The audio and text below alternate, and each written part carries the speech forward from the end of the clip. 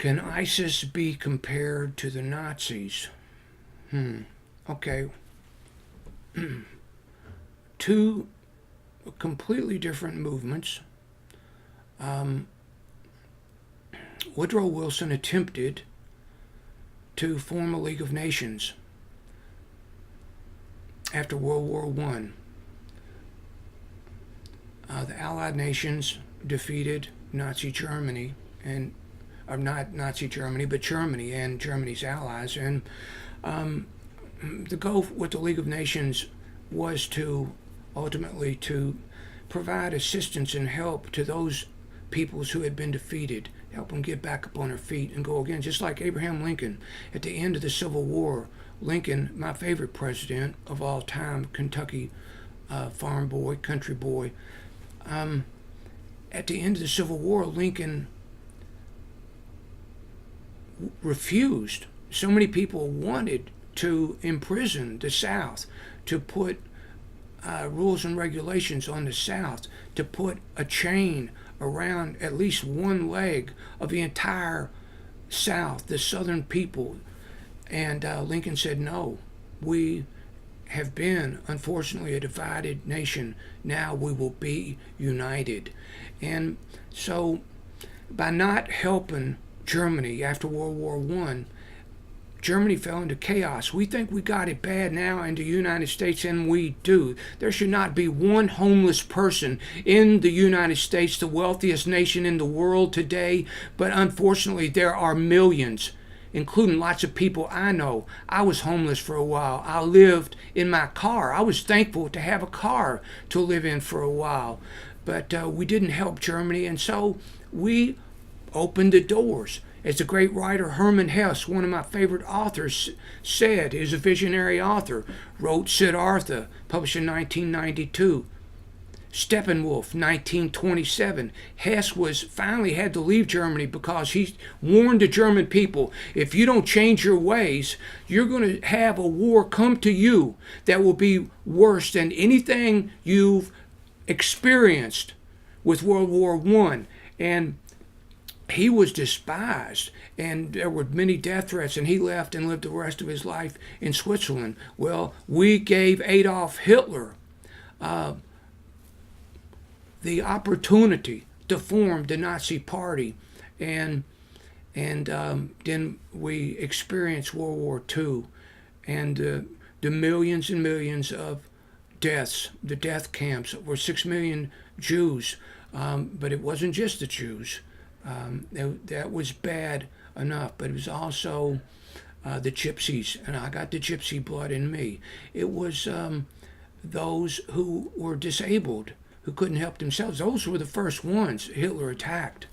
And so it was a nightmare in our history. And as much as I am anti-war, I'm not naive. If we had not fought Adolf Hitler and the Nazis, we would most likely be living in a Nazi world today. So that leads us to ISIS.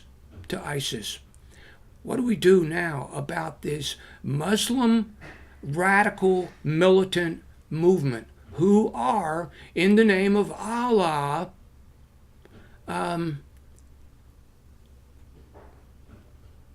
leading a war against anybody and everybody, not just the United States of America, anybody who disagrees with their religious, militant religious doctrine.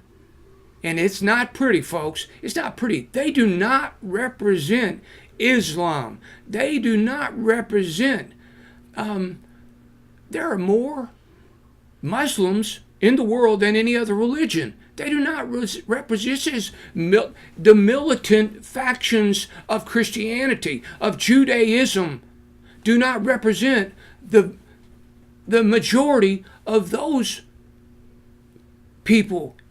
The Muslims are good people. Hey, Louisville, Kentucky native Muhammad Ali, you won't find a better human being than the greatest. Float like a butterfly, sting like a bee. Oh, Muhammad, won't you please help me? Because I'm searching for some peace, love, and understanding. And I know you are too. So thank goodness for people like Muhammad Ali. ISIS, if something isn't done, and this is a complex issue, if something isn't done to stop them,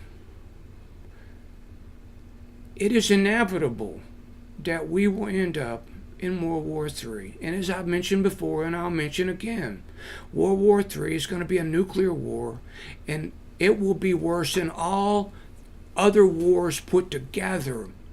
So I rewrote after the cartoonists were killed in Paris.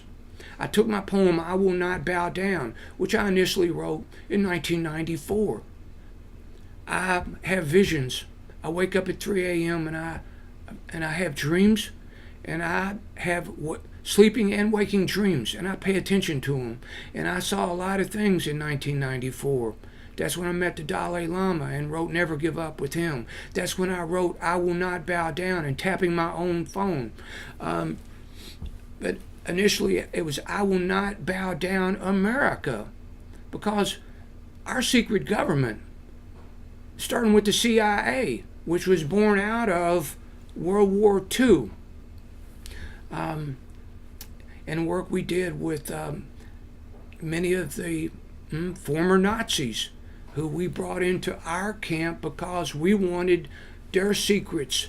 And so anyway, we got to do something. I don't know what we have to do, but I changed "I Will Not Bow Down, America" to "I Will Not Bow Down, Jihadist." And so I've read that, and we've shot that, so maybe Shooter will run that with this episode. "I will not bow down, jihadist, to your religion, your militant, fascist, religious beliefs."